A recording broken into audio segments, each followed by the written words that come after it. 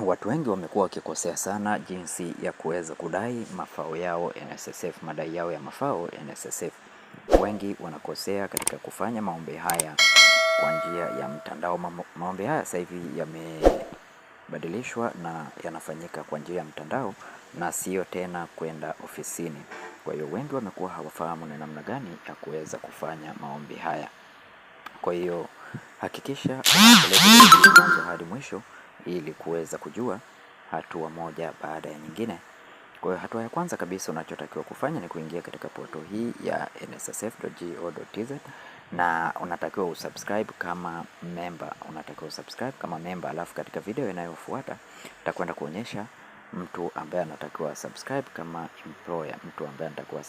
employer, na employer ni mwajiri. Kwa hiyo lazima uwe na akaunti ili kuweza kuthibitisha au kuverify maombi ya wafanyakazi wako ambao wameweza kuacha kazi katika taasisi au katika kampuni yako.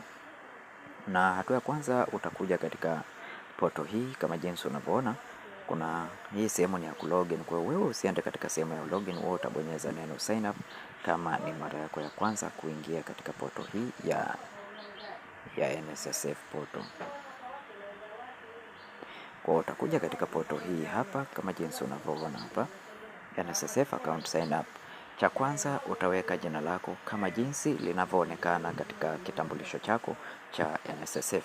Cha pili utajaza jina la kati, utaweka jina la mwisho, utaweka email yako. Hakikisha email unayoiweka ni email uliyoitumia wakati unajisajili NSSF kupata namba za wanachama. Email isitofautiane, weka email ambayo inafanana. Email weka ile ile uliyotumia wakati unajiunga, na namba za simu hakikisha unaweka namba zako zile zile ambazo ulizitumia. Na kama umesahau email uliyotumia wakati unajiunga au namba za simu zimepotea au umezisahau ulizotumia, tafadhali fika ofisi ya NSSF kuupdate taarifa zako au huisha taarifa zako pale. Na ukiingiza email yako na namba ya simu utaweka password, utarepeat tena password. Baada ya hapo utagusa hiki kiboksi hiki cha I agree to the terms, utagusa hicho kiboksi. Baada ya hapo utabonyeza neno sign up ili kuweza kucreate account yako, na ukigusa hapo utaweza kutumiwa email ambao utatakiwa uiactivate account yako. Kwa hapa sasa nitakwenda kulogin katika moja ya akaunti, na baada ya hapo basi tutakwenda kuangalia njia sahihi au nini unachotakiwa kufanya baada ya kuweza kulogin. Kwa tukilogin sasa utagusa katika sehemu hii ya member ambao tumesha subscribe katika sehemu ya member tayari, na utakapoingia kwenye dashboard yako namna hii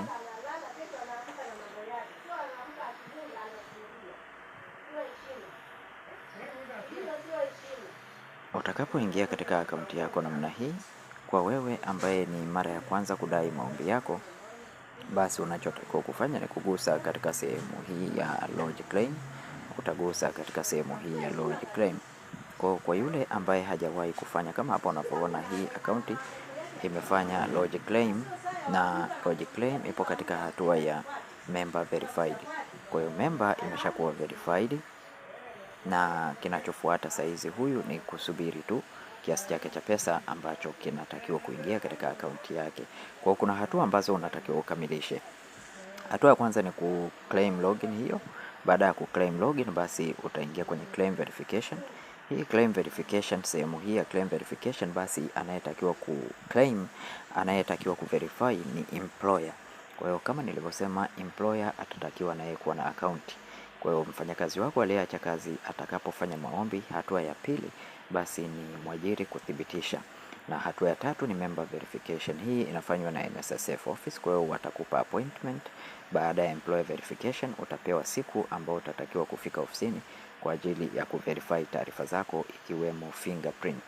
Na baada ya kuverify taarifa zako itakuja hatua namba 4 ambayo ni claim processing.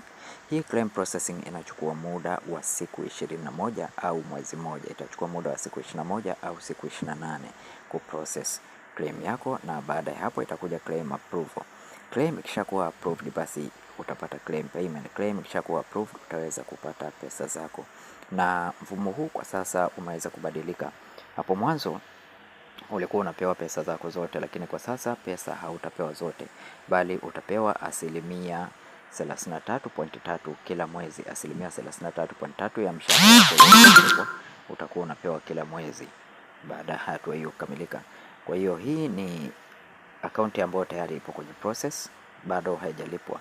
Kwa nita login katika akaunti hii, alafu nita login katika akaunti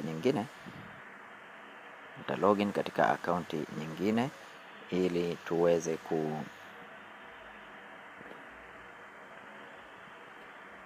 tuweze kuangalia katika akaunti hiyo.